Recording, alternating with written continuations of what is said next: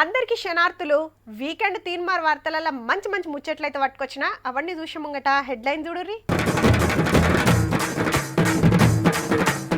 Kaleshwaram report మీద గరం చర్చ, కేసీఆర్ నిర్ణయాలే కారణమని రచ్చ. రిజర్వేషన్ల సీలింగ్ ఎత్తేయాలని తీర్మానం, బీసీలకు పక్కా ఇస్తారట 42%. తీరొక్క రూపాల గణపతులు, నడుస్తున్నాయి నిమజ్జనాలు.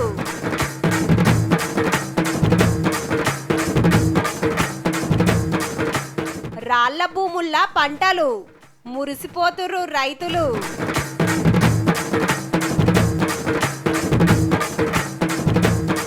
చిన్న ఏజిల్నే కథలు రాస్తుర్రు, టీచర్లే ఒయ్యిలను అచ్చేస్తుర్రు.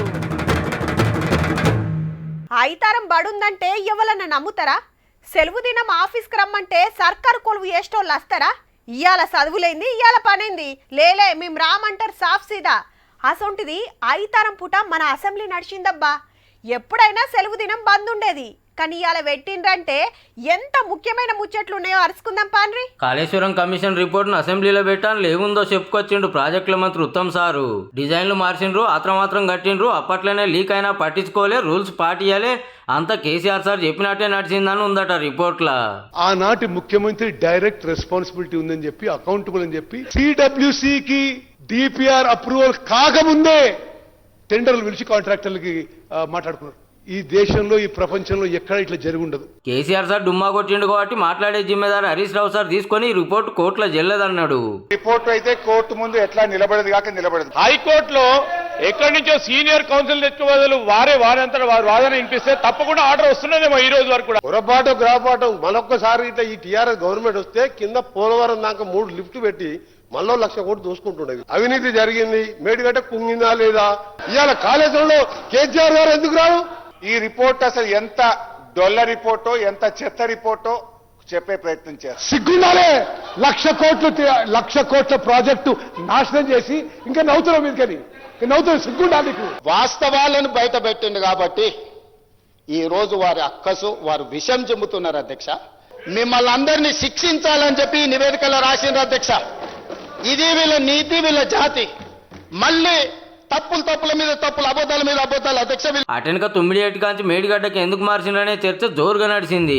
ఆడ నీళ్లు లేవని సారు, బరాబరు ఉన్నాయని సీఎం రేవంత్ సారు. సిడబ్ల్యూసీని మీ లెటర్ మీరే ఇచ్చిండ్రా, నీళ్లు లేవని ఎందుకు ఇచ్చిండ్రు అని మరి సిడబ్ల్యూసీని కూడా ఘోష్ గారు అడగాలనే వద్దా? ఈ రోజు విద్యాసాగరరావు గారు బ్రతికిలేరు. ఈ అబద్ధాలు చూసినట్టే మళ్ళొక్కసారి వారు అదే కాళేశ్వరం మేడిగడ్డ బ్యారేజ్ ఎక్కి అందులో దూకి ఆత్మహత్య చేసుకొని ఉండేవాడు. 80,000 పుస్తకాలు చదివిన మేధావికి మెదడులో ఏం పురుగు తోల్చిందో నాకు తెలియదు, కుటుంబం నుంచి ఏం ఒత్తిడి వచ్చిందో తెలియదు. ఆనాడు నిజాం ప్రపంచంలోనే ఆగర్భ శ్రీమంతుడు అని విన్నాం. నిజాం కంటే కూడా శ్రీమంతుడు కావాలన్న ధనాశ, దురాశ ఏం కలిగిందో తెలియదు. దాంతో ఎంబడే వీళ్ళు ప్రాజెక్టును షిఫ్ట్ చేయడానికి కమిషన్ల కోసమే మేడిగడ్డలు కట్టిండ్రు, ఖర్చు పెంచిండ్రు అని గరమైండు సీఎం సారు. నీతి పరులు, నిజాయితీ పరులు, సత్యహరిచంద్రునితోని సహా జీవనం చేసిన వాళ్ళు, వారి కుటుంబంలో సభ్యులు మిమ్మల్ని అప్రిషియేట్ చేయడానికి ఏ విచారణ కావాలా? మీకు ఈడీ కావాలన్నా, ఇన్కమ్ ట్యాక్స్ కావాలన్నా, సిబిఐ కావాలన్నా, లేకపోతే సిట్ కావాలన్నా, ఏసీబీ కావాలన్నా, సిబిసిఐడి కావాలన్నా, ఏ విచారణ కావాలనో చెప్పండి అని అంటే అది చెప్పకుండా మళ్ళీ తప్పుదో పట్టించే మాటలు మాట్లాడుతున్నారు అధ్యక్ష. పాత ఆంధ్రప్రదేశ్ లో కాంగ్రెసే తెలంగాణను ఆగం చేసిందని హరీష్ రావు సార్ అన్నందుకు ఏనుగులను తినేటోడు పోయిందంటే పీన్గలు తినేటోడు వచ్చిండని వాళ్ళు పోయారు, వాళ్ళతో పాటు పీన్గలను తినేటోళ్ళు వచ్చారు అధ్యక్ష. హరీష్ రావు గారు కూడా వినాలి, అదేవిధంగా రామారావు గారు కూడా వినాలి. మీ బావగారు లోపల ఏం చెప్పి వచ్చారో ఇక్కడ ఉన్నది స్పష్టంగా. హరీష్ రావు గారు కూడా ఈ నివేదిక ఇచ్చారు, ఈ నివేదిక వచ్చింది. కానీ మా మామ, మా బావమర్ది గారు ఈ దోపిడీకి పాల్పడాలని చేసి నేనేం చేయలేను అని నిస్సహాయతను పరోక్షంగా ఒప్పుకున్నాడని కమిషన్ రాసి. ఇటు అసెంబ్లీ, అటు యూరియాలొల్లి నడిమిట్లా కాళేశ్వరం రిపోర్టు, సర్పంచ్ ఎలక్షన్లు, జూబ్లీ హిల్స్ ఉప ఎన్నిక, ఫామ్ హౌస్లకెళ్లి బయటికి రాని పాత సీఎం, ఆనలు, వరదలు ఇట్లా ఎన్నో ఉన్నాయి. గిసొంటి అలా ఇయ్యాలేం నడిచిందో చూడాలి కదా. కానీ ఇరు మరి రిజర్వేషన్ల సీలింగ్ ఎత్తేయాలని అసెంబ్లీ తీర్మానం చేసింది. అంటే మొత్తం రిజర్వేషన్లు 50% దాటినా ఏం కాదిగా. పంచాయతీరాజ్ చట్ట సవరణ బిల్లును మంత్రి సీతక్క, మున్సిపల్ చట్ట సవరణ బిల్లును మంత్రి శ్రీధర్ బాబు సారు సభల పెడితే అన్ని పార్టీల లీడర్లు మాట్లాడి ఇమ్మతిచ్చుడుతోటి బీసీలకు 42% రిజర్వేషన్లకు తొవ్వ సాఫైనట్టే. జెప్పున్నే సర్పంచ్ ఎలక్షన్లు వస్తాయిగా. చర్చల నడుమ ప్రతిపక్షాలకు సర్కారులకు గట్టిగానే నడిచింది. జీవో ఇయ్యంగానే ఇమ్మీడియట్ గా న్యాయస్థానం నిలబడదు కాబట్టి రాజ్యాంగ పరిధిలో 9వ షెడ్యూల్లో చేర్చినప్పుడే దీనికి సెక్యూరిటీ వస్తుంది కాబట్టి ప్రొటెక్షన్ వస్తుంది కాబట్టి ఆ దిశగా ప్రభుత్వం ఆలోచన చెయ్యండి. ఇంత పెద్ద కార్యక్రమం జరుగుతున్నప్పుడు అపశకునంగా మాట్లాడకుండా సహకరించేటువంటి ప్రయత్నం జరగాలి అధ్యక్ష. ఇంత పెద్ద కార్యక్రమం మొత్తం యావత్ తెలంగాణ ప్రజలు చూస్తున్నారు అధ్యక్ష. 10 సంవత్సరాల్లో ఏం జరిగింది, 2018 చట్టం ఎవరు విమర్శించుకోలేదు. మిత్రులు గంగ్ల కమలాకర్ గారికి నా సూచన, ఈ ఒక్క విషయంలోనన్నా వాళ్ళ ఒత్తిడికి లొంగకు. ఏమైనా మంచి సైడ్ ఉంటే నేను చూసుకుంటా, నువ్వేం వాళ్ళకి భయపడకు మిత్రమా.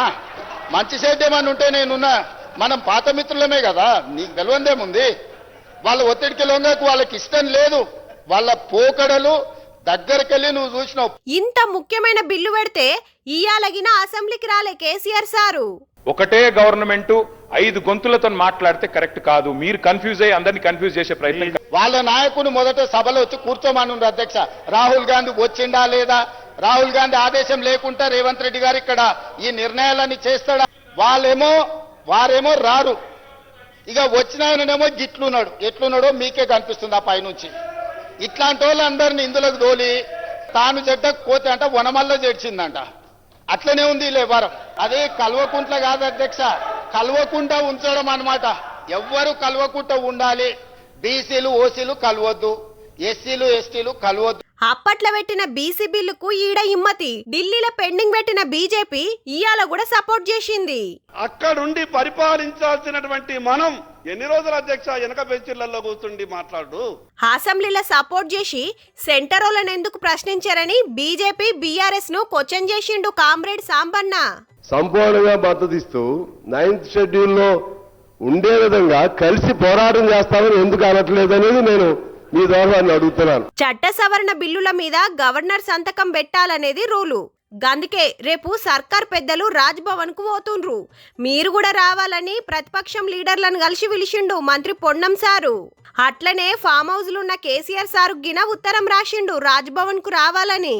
నెల రోజుల్లో లోకల్ బాడీ ఓట్లు పెట్టాలని కోర్టు తీర్పుంది కాబట్టి ఇక ఎల్లుండి ఓటర్ల లిస్టు, అటెన్క షెడ్యూలు, నోటిఫికేషన్, ఎలక్షన్ రప్ప వస్తూనే ఉంటాయి. ఇక అసలు ఇక్కడ రిజర్వేషన్ల గురించి ఇక్కడ చర్చ జరుగుతుంది. బీహార్లోనేమో ఎన్నికల ప్రకటనలు ముఖ్యమంత్రి గారు అట్లాగే డిప్యూటీ సీఎం గారు ఫోటో పెట్టి బీహార్లో మరి ఇక్కడి డబ్బంతా తెలంగాణ ప్రజల డబ్బు తీసుకుపోయి బీహార్లో పెడితే ఏమొస్తుందో మాకైతే తెలియదు అధ్యక్ష. భారతీయ రాష్ట్ర సమితిన పార్టీ పెట్టి తెలంగాణ సంపదనంతా కూడా ఇతర రాష్ట్రాల్లో దోషి పెట్టిరు సార్ అధ్యక్ష. పంజాబ్ లో పోయి చెక్కులు ఇచ్చినటువంటి చరిత్ర మీది. మీరా మా గురించి మాట్లాడారు అధ్యక్ష. మహారాష్ట్రలో ఒక్కొక్క మీటింగ్ కోసం 100 కోట్లు ఖర్చు పెట్టి ఒక సర్పంచ్ కూడా గెలవని పరిస్థితి ఆ రోజు బీఆర్ఎస్ పార్టీ అధ్యక్ష. ఈరోజు తెలంగాణ అప్పుల కుప్ప రాష్ట్రంగా మారిందంటే మీ ఆలోచన వల్ల. ఏ గల్లీకి పోయినా గణపయ్య పాటలు మోత మోగుతున్నాయి. పొద్దుగాల లేచిన కాంచలి రాత్రి వడుకునేదాకా ఇరాం లేకుండా వినాయకుని భజనలే. ఇక అన్నదానాలు, ఆటపాటలు, భజనలు జోరుగా నడుస్తున్నాయి మండపాల కాడ. మీ గల్లీలా మీ ఊర్లా ఎట్లెట్లా చేస్తుర్రో మీకు తెలిసే ఉంటది. మరి అంతటా పండుగ ఎట్లా అవుతుందో తరుసుకోవాలి కదా. మొదలు పట్నంకెళ్ళి షురు చేద్దాం.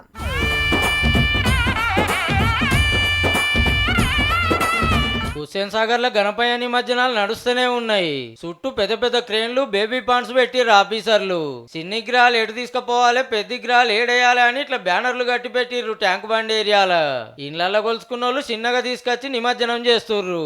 మట్టి విగ్రహాలు వేసుడు, 6 ఫీట్ల విగ్రహాల నుంచి ఇక తీరు సెట్టింగుల మండపాలలో తీరొక్క రూపాల్లో వినాయకులు కొలువు తీరి పూజలు అందుకుంటున్నారు. చాలా దిక్కులు ఎరైటీ గణపయ్యలను నిలబెట్టిర్రు భక్తులు.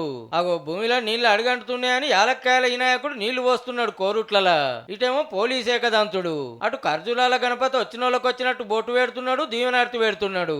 4000 ఎండు ఖర్జూరాలు అడకం చేసిర్రట. ఇటు భువనగిరిలో పెద్ద పెద్ద సెట్టింగులు వేసుకొల్చుకుంటుర్రు. పహల్గామ్ లో ఉగ్రవాదుల దాడి కాంచెలు ఆపరేషన్ సింధూర్లో మన జవాన్లను వేసి పడేసేదాకా వినాయక బొమ్మలతోనే ఎరుక చేసిర్రు. అదే కాన్సెప్ట్ తోని 12 అడుగుల ఎత్తు 180 కిలోల కుంకుమ 5000 బుడ్డ గణపతులతో తయారు చేసిర్రు ఈ విగ్రహం. నిమజ్జనం తర్వాత ప్రతి ఒక్క మహిళకు ఈ కుంకుమ అనేది ఇంటింటికి పంచి మేము వారికి అందజేస్తాం. శాన మండపాల దేవతలందరూ కొలువై ఉన్నారు. ఇక అటు పెద్దపల్లి జిల్లా సుల్తానాబాద్ లో ఆర్యవైశ్య సంఘం తరపున వినాయకునికి 9,99,999 రూపాయల నోట్లతో అలంకరించిర్రు. కాగజ్ నగర్ లో 3000 లడ్డూలతో గణపతిని చేస్తే ఇదేమో 1600 అక్వేరియం స్టోన్స్ తో చేసిర్రు. ఇటు పక్క రామావతారంలో అంజన్న మీద ఏకదంతుడు. ఓ ఇట్లా చెప్పుకుంటూ పోతే బొచ్చడు ఉన్నాయి. ములుగు జిల్లా ఏటూరు నగరంలో వినాయకుని కుడకపోయొద్దని ఏసీ పెట్టి కొలుచుకుంటూ రేకంగా. ఇక మండపాల కాడ ఆటపాటలు భజనలు జోరుగా నడుస్తున్నాయి.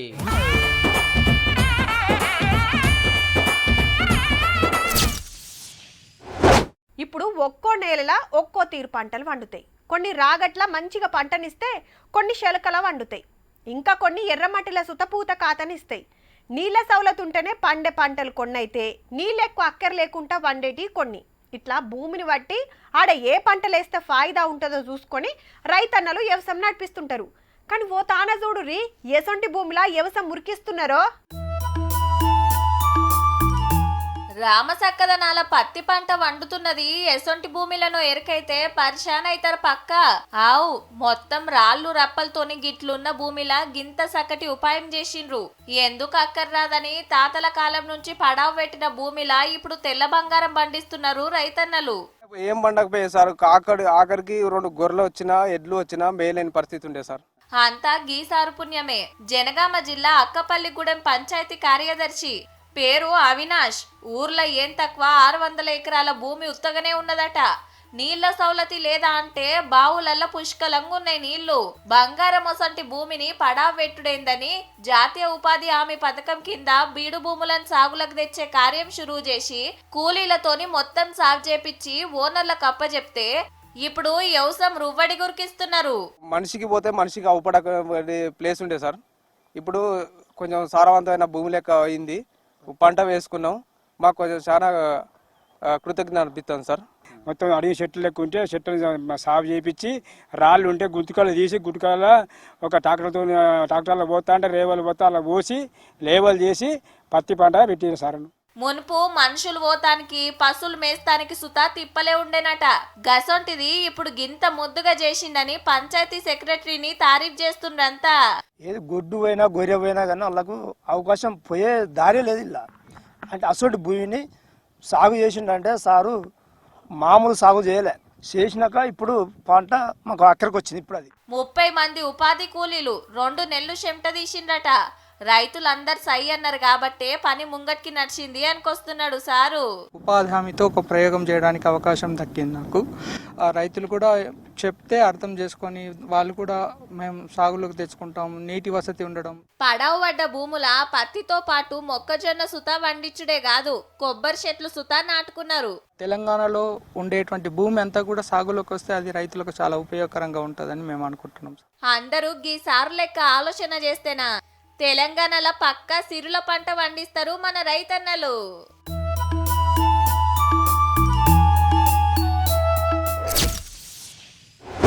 ఇప్పటి పోరలకు తెలుగు పోయి చేతులు పెట్టి చదువుమనురుల్లా ఒక్క పేజీ చదువుతానికి తండ్లాడుతుంటారు. హే ఇప్పుడంతా ఇంగ్లీష్ మీడియం చదువులేనాయే అంటారేమో. ఆ వొయ్యి ఇచ్చినా అంతకంటే ఎక్కువ తిప్పల పడుతుంటారు. చాలా మంది వొయ్యిలల్లో ఉన్న పాఠాలు బట్టి పడటానికే కింద మీద అవుతుంటారు. కానీ కొందరు మాత్రం చదువులా రువ్వడు ఉంటారు. కానీ వీళ్ళు అంతకు మించున్నారు పో. పోరలు పట్టుకున్న వొయ్యిల వెనుక పెద్ద కథే ఉన్నదుల్లో. పాఠాలున్నాయి కాదు మరి, సొంతంగా పోరలు రాసిన పుస్తకాలే అవి. అగో గింత చిన్న ఏజ్లో వొయ్యిలు రాసుడేంది అంటారా? సిద్దిపేట జిల్లా అనంతసాగర్ సర్కార్ బడిలో పోరలు చాలా మంది కథలు పద్యాలు రాసుడు పెడుతున్నారు. సార్లు మేడాలు అట్లా తయారు చేస్తున్నారు. మరి ఇంతటి విద్యార్థుల యొక్క సాహిత్యానికి సమాజంలో మార్పు తీసుకురావడానికి ఒక మా యొక్క చిరు ప్రయత్నానికి మంచి స్పందన లభించింది. గీ తమ్ముడు ఒక్కడే 18 కథలతోటి సొంతంగా విశ్వతేజం అనే వొయ్యి రాసిండు. ఇప్పటికే 23 స్టోరీలు రాసేసిండట. నేను 23 కథలు రాశాను. అందులో 18 కథలు ప్రచురింపబడ్డాయి. ఇంకా ఆ 18 కథలతో కూడిన ఒక బుక్ విశ్వతేజం అనే బుక్ ప్రచురింపబడ్డాయి. అట్లనే అందరు రాసిన కథలతోటి అనంతసాగర్ అక్షర కెరటాలు అనే పుస్తకం వచ్చేసిండ్రు. 8వ తరగతి చదువుతున్నాను. నేను 2 కథలు రాశాను. వస్తువు విలువ మరియు ఎవరి టాలెంట్ వారిదే. నేను 2 కథలు రాశాను. మార్పు కోసం భరతనాట్యం. 75 మంది స్టూడెంట్లుంటే అందులో 28 మంది రచయితలుగా మారిండ్రంటే చూడుండ్రిగా.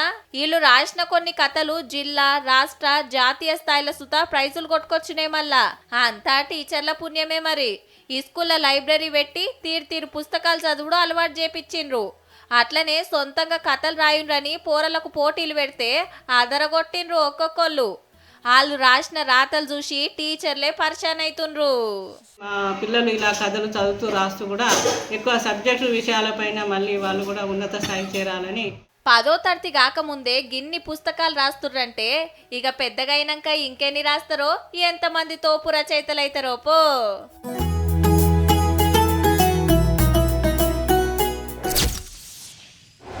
ఓ రమక్క, మాకు కలువస్తావు వెయ్యాలా? మాదే ఉన్నదే చెల్లే.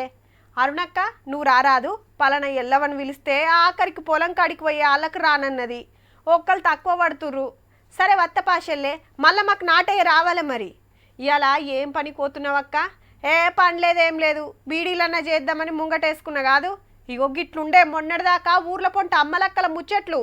కానీ ఇప్పుడు ఏ దందా చాలు చేద్దాం, మీ దందా ఎట్లుంది, మీ దందా ఎట్లా నడుస్తుందని మాట్లాడుకునే కాడికి వచ్చిండ్రు. ఇక ముచ్చటేందంటే అమ్మలక్కల ముచ్చటానికి కోళ్ళ ఫారం చూపిస్తారేంది అనేరు. మంచిగా చూడు కౌజు పిట్టలు అవి నడిపిస్తున్నది అక్కలే. మరి భద్రాద్రి కొత్తగూడెం జిల్లా శేషగిరి నగర్లో మహిళా శక్తి పథకం కింద 70,000 లోన్ ఇప్పించి కలెక్టర్ సారే ఈ ఉపాయం చేపించిండట. కౌజు పిట్టలు కూర అనుకొని తింటే పెయ్యికి మంచిది అంటుంటారు. హోటళ్ళు, రెస్టారెంట్లలో గిరాకీ సుతం మంచిగానే ఉంది. అన్ని బుడ్డ పిల్లలు ఓ నెల రోజులైతే చేతికొస్తాయి, అమ్ముకోవచ్చు.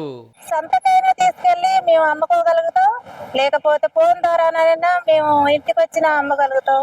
అలాగనే గుడ్లైనా అమ్మగలుగుతాం. 600 పిట్టలు మేము తీసుకొచ్చాము. అవి 3 days పిల్లలు. అప్పటికి ఫీడ్ వచ్చి కింట 5,000 రూపాయలు ఉంటుంది. ఇప్పుడు 10 days పిల్లలండి.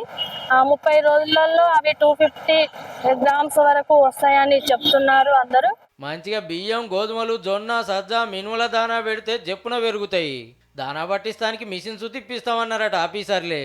ఇదే ఫస్ట్ బ్యాచ్ కాబట్టి జర తగ్గకే అమ్మే కోపున్నది. 2 రోజుల్లో ఒక జత వచ్చేసి 150 రూపాయలు అమ్ముదామనేసి మార్కెట్ రేట్ ఉన్నది. అమ్ముదామని మేము అనుకుంటున్నాం. ఈ ఫారం ఎట్లా నడుస్తుందో చూసి జిల్లా అంతటా అక్కలకు లోన్లు ఇచ్చి ఇట్లా కౌజు పిట్టలు పెంచిపిస్తారట. అందరు చేసే దందాలే చేస్తే ఏం ఫాయిదా? కొత్త కొత్త ఆలోచనలు చేయాలి కదా. మరి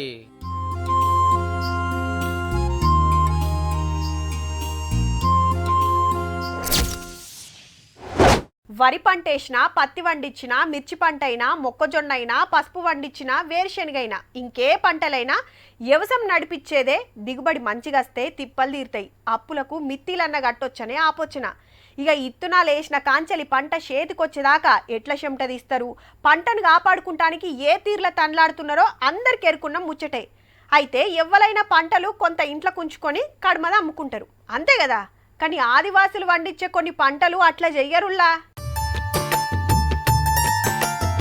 ఆదిలాబాద్ ఆదివాసులు వండిస్తున్న పెసళ్ళు, మినుములు, బొబ్బెర, మొక్కజొన్న, జొన్న, వరి, పత్తి పంటలు ఇవి బొచ్చెడు మంది రైతులు వండిస్తారు. అండ్ల కొత్తేముంది అంటురులే. మొక్కజొన్న, పత్తి తప్ప కడమ పంటలు అమ్ముతానికి కాదు. మరి పండుగలు పబ్బాలప్పుడు ఆదివాసి దేవుళ్లకు నైవేద్యాలు పెడతానికే. కల్తీ చెయ్యద్దు.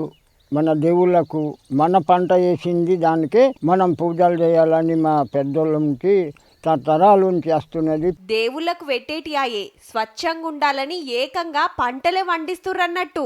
ఇత్తనాలు నాటప్పుడు సుతా మోదాలు దేవుళ్ళ కాడ పూజలు చేసినాకనే పనులు చాలు చేస్తారంటే సూడురిగా ఎంత నిష్టతోటి ఉంటారో. ఇసురుకొని పప్పు తయారు చేసి మేము అక్కడికి వెళ్ళి కొనుక్కొని రాము.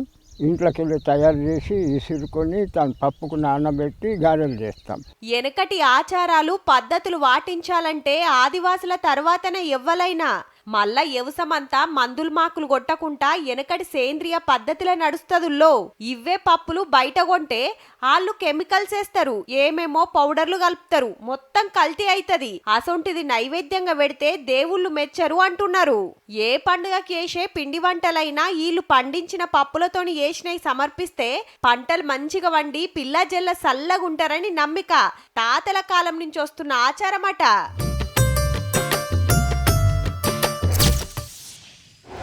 తొవ్వెంట పోతున్నాం, ఓ కుక్క కానొచ్చింది. ఏం చేస్తాం? చుట్టుపక్కల కట్టేమన్నా ఉన్నదా అని అనుకులాడతాం, లేదంటే రాయి అందుకుంటాం. అది మనల్ని కరస్తానికి వచ్చినా రాకున్నా ఓ కట్టుంటే ధైర్యం ఉంటుంది అన్నట్టు. కానీ నడమ కుక్కలు ఎట్లా అరుచుకుంటున్నాయో చూస్తూనే ఉన్నాం. మంది మీద పడి పిక్కలు అందుకుంటున్నాయి. ఢిల్లీలోనైతే కుక్కలకు తిండే పెట్టొద్దు, మొత్తం తీసుకువర్రని సుప్రీంకోర్టు ఆర్డర్ వేస్తే చాలా మంది నిరసనలు సుతా వేసిండ్రు. ఇప్పుడు చూడబోయేది సుతా కుక్కల ముచ్చటే. కుక్కలు మీది కురుకొస్తుంటే గెదమకుంటా ఏమో బుద్రికిస్తుంది అంటారేమో.